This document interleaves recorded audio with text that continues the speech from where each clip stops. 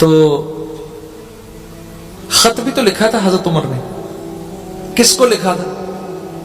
آپ کو دریائے نیل کے نام لکھا تھا، کیونکہ عمر بن العاص نے کہا رضی اللہ تعالیٰ عنہ کے حضرت یہ تو مصری مصر چھوڑ کے جا رہے ہیں، دریا سوکھ گیا ہے، کہتے ہیں ایک عورت کی بلی چڑھانی ہے، اور یہاں تو آپ کی کیا رائے ہے کہ یہ تو مصر چھوڑ کر جا رہے ہیں. آپ نے ایک خط سیدنا عمر بن العاص کے نام لکھا، دوسرا خط دریائے نیل کے نام لکھا. کیسی عجیب سی بات ہے. اچھا یہ بات عجیب یوں بھی ہے کہ جتنے بھی ویسٹرن ہسٹورینز تھے انہوں نے کہا کہ یہ بہترین موقع ہے، آج ہم دیکھنا چاہتے ہیں کہ مسلمانوں کا خلیفہ کیسے بے عزت ہوتا ہے، یہ ہم دیکھنا چاہتے ہیں. یہ بات اس لیے محفوظ رہ گئی تاریخ کے اوراق میں.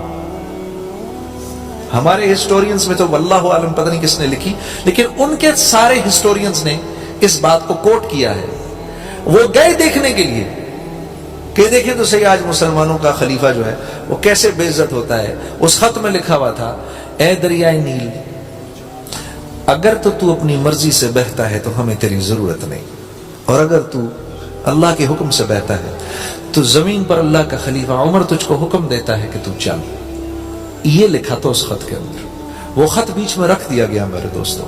وہ دریائے نیل جو چلا ہے یہ وہ دنیا کا واحد دریا ہے جس کا پاٹ آج تک کبھی کم نہیں ہوا. تو تیسرا انعام کیا ملے گا؟ یہ ساری مخلوق آپ کی مرضی کے مطابق آپ کو نفع پہنچائے گی. یہی ہوا جب آپ چاہو گے ٹھنڈی ہو جائے گی، آپ چاہو گے گرم ہو جائے گی. یقین نہیں آتا؟ فرما برداری کر کے تو دیکھو. ہاں، یہ بارش تب برسے گی جب آپ چاہیں گے، یہ رک جائے گی جب آپ نہیں چاہیں گے. میرے دوستو، اللہ کے وعدے سچے ہیں، ہمارے یقین کمزور ہیں. یقین کرو. میں کیسے بتاؤں وہ کتنا شاکر رب ہے، قدردانی کی انتہا ہے، قدردانی کی انتہا ہے وہ اللہ. یہ تو اس کے ساتھ معاملات نہیں کرتے. ایسی میں دوستوں سے کہتا ہوں، اپنے بارے میں بھی کہتا ہوں، ہم ایک انتہائی بورنگ زندگی گزارتے ہیں. ہماری زندگی بڑی بورنگ سی زندگی ہے. ہاں؟ مشاہدے کے مطابق زندگی گزارتے ہیں. جو نظر آتا ہے اس پر یقین کرتے ہیں، جو نظر نہیں آتا اس پر یقین ہی نہیں کرتے. اللہ کو معاملات کے بیچ میں ہی نہیں لاتے، لائف کو انٹرسٹنگ ہی نہیں بناتے. اپنی لائف تھوڑی انٹرسٹنگ بناؤ نا، کچھ اللہ سے معاملات تو کرو. مان کے تو دیکھو، یار اگر میں یوں کروں گا، دیکھ لوگ، ارے لوگ کیا کہیں گے؟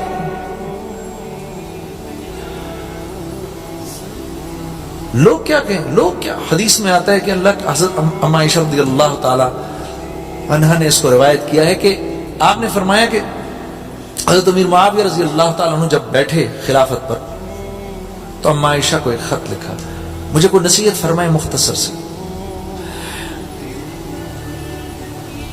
فرمایا کہ میں نے اللہ کے نبی صلی اللہ علیہ وسلم سے یہ بات سنی، کم و بیش الفاظ ہے کہ جب بھی کبھی تمہارے اوپر ایسا وقت آئے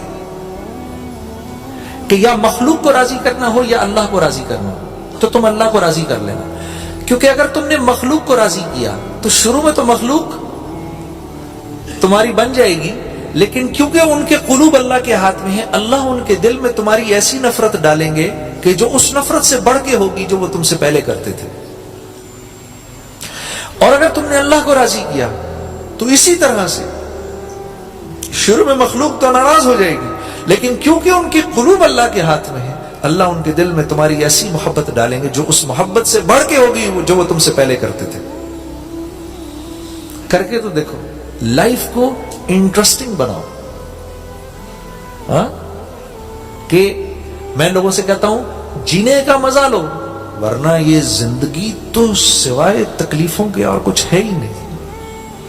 زندگی کا مزہ لینا ہے نا تو اللہ کا بننا پڑے گا، پھر ایک حفاظت کا نظام چلے گا. حضرت ابراہیم علیہ السلام سے تو پوچھو نا، جب ان کو پھینکا گیا آگ کے اندر، کیا جذبات تھے ان کے. میرے دوستو، یہ الف لالا کی کہانی نہیں ہے،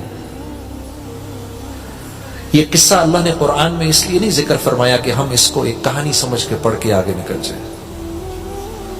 یہ بہت بڑی تقویت کے لیے اللہ نے اس کو بیان فرمایا ہے. میری آپ کی تقویت کے لیے اللہ نے اس کو بیان فرمایا ہے کہ میرا بندہ اس کو پڑھ کے طاقتور ہو جائے. میرے پر اس کا ایسا